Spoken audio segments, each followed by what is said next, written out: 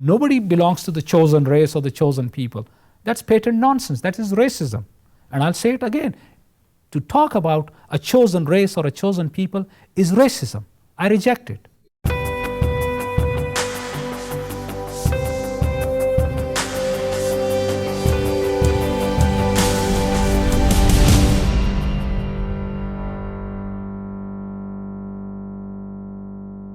I was under the impression, and maybe it is a mistaken impression, that as the chosen people, Jews are somehow favored. There are different understandings of what it means to be a chosen people, but the one that I'm most comfortable with is the prophet Amos's understanding of what it means to be a chosen people. He says to the Jewish people, only you have I chosen from all the nations of the earth, and that is why I will punish you for all of your sins. That it's an added responsibility that the Jews have been given a mission of being a light unto the nations. And that if Jews fall short, they are more susceptible to punishment than other people. Islam categorically rejects this notion of a chosen people because God has no favorites. Why would he have favorites? We're all, God's creation. How are we going to be judged? The Quran is very explicit. It says that God says that I've created you from a single male and a single female and then spread you into tribes and nations and communities. But the only one who is precious in the sight of God is the one who has taqwa. And you know what taqwa is? It means God consciousness. It means who is the most committed to God's commands, that he or she is not looking for their personal needs, but that they are very conscious of the needs of other people. So in other words, Islam's judgment of human beings is not on the basis of race or color or position in life.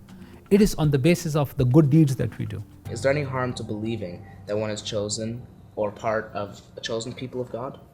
And if you do believe that, doesn't that somehow imply that others are less worthy? Yeah, I think there's a lot of confusion around this chosen people. In the whole of the Old Testament, we see a story of God's hand on a people.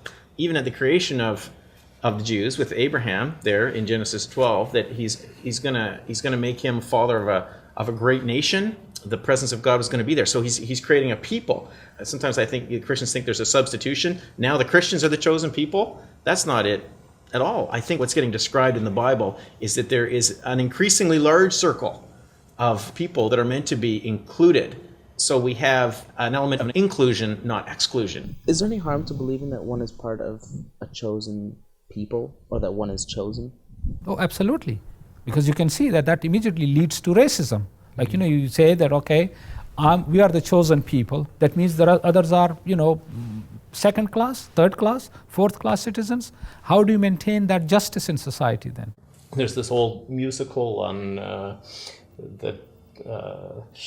called Fiddler on the Roof about the Jewish experience, and the hero at one point turns to God and he says, I know, we are the chosen people. But once in a while, can't you choose someone else? Is it possible that some Jews over the years have interpreted this to mean we are better than other people? I'll concede that some Jews have interpreted it that way. That's not how I interpret it. I interpret it as meaning that I have more responsibilities. I turned to my children when they were growing up, and they would say, well, everybody else does this, and I would say to them, well, okay, everybody else does that, but you're not allowed to do it. They're being a member of this family, there are added responsibilities of being a member of this family. We have different standards, and in that same way, I feel that something more is asked of me as a member of the Jewish people, and I try to live up to that, and I work at it. I work at it very hard. The point is to bless all families of the earth. So it really is headed to be an everyone thing, not an us instead of them.